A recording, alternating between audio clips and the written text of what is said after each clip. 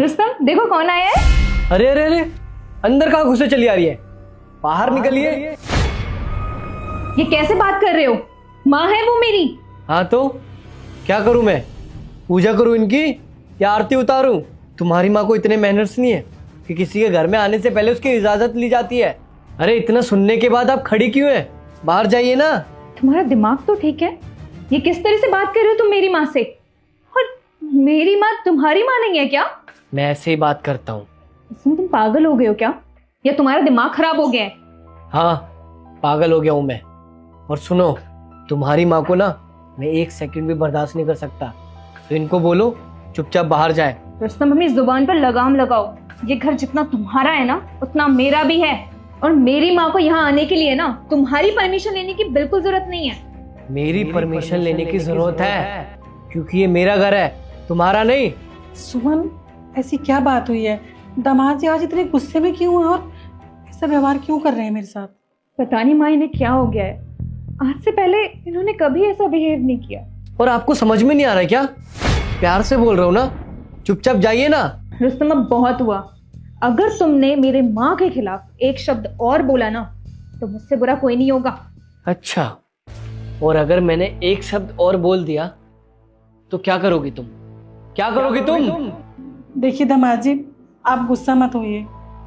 अगर मेरी कोई गलती है ना तो मैं यहाँ से अभी चली जाऊंगी। अरे तो चली जाइए ना, जाती क्यों नहीं है आप? माँ कहीं नहीं जाएंगी, और जितना हक तुम्हारा है ना इस घर में उतना मेरा भी है, समझे? अच्छा, तो मेरी तुमसे शादी हुई है इसलिए हक जता रही हो ना? मैं तुम्हें डाइवोर्स देता हूँ। ये क्या बोल रहे हो रुस्तम तुम? तुम्हारा दिमाग तो ठीक है? जो बोल रहा हूँ सही बोल रहा हूँ।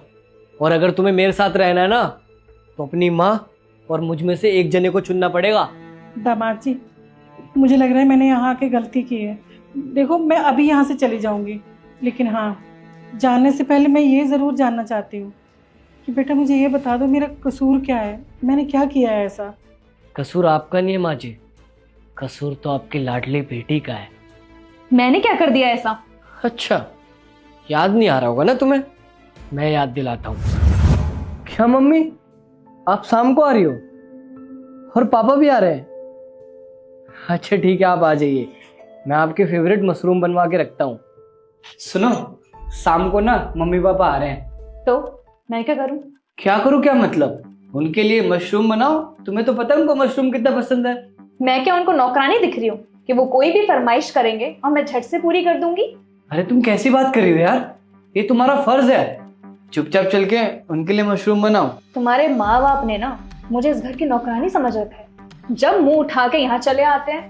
और मुझे एक बात बताओ, उन्होंने यहाँ आने से पहले मुझसे परमिशन ली थी? किस परमिशन की बात कर रही हो तुम? इस घर में जितना हक मेरा है ना उनका भी है। मैं तुम्हें एक सही सजेशन दूं, तुम अपने माँ बाप को धर्मशाला भेज दो। सुमन, सुमन मेरी बात तो सुनो। आपको पता है माँ जी, इतने दिनों बाद मेरे मम्मी पापा गांव से मिलने आने वाले थे, लेकिन पूछिए किस तरीके का व्यवहार किया इन्होंने मेरी माँ के साथ। दामाद जी जो भी बोल रहे हैं वो सही बोल रहे हैं क्या? और पता है माँ जी, इसने मुझसे क्या बोला कि अपने माँ बाप को धर्मशाला में छोड़ा हूँ। और माँ जी आपको तो पता है कि मैं आपकी कितनी इज्जत करता हूँ। सिर्फ एक हफ्ते के लिए मेरे माँ बाप यहाँ पे आ रहे थे। एक बहू होने के नाते क्या इतनी जिम्मेदारी नहीं बनती इसकी? अगर तूने उनकी माँ के साथ ऐसा किया है ना तो उन्होंने भी कोई गलती नहीं की मेरे साथ ऐसा व्यवहार करके। अगर तू उनके माँ बाप की इज्जत नहीं कर सकती तो तू उनसे क्यों उम्मीद कर रही है कि वो तेरी माँ की इज्जत करे? क्या यही संस्कार दिए थे मैंने तुझे? अरे मेरी परवरिश तो ऐसी नहीं थी। तूने ना मेरी नाक कटवा दी है ससुराल में। शर्म आ रही है मुझे, दामाद जी के सामने मेरा सर झुका दिया है तूने। और माँ जी मुझे माफ कर देना, मैंने आपके साथ ऐसा बर्ताव किया। जब कोई अपनों के साथ ऐसा करता है ना तब पता चलता है कि कितनी तकलीफ होती है।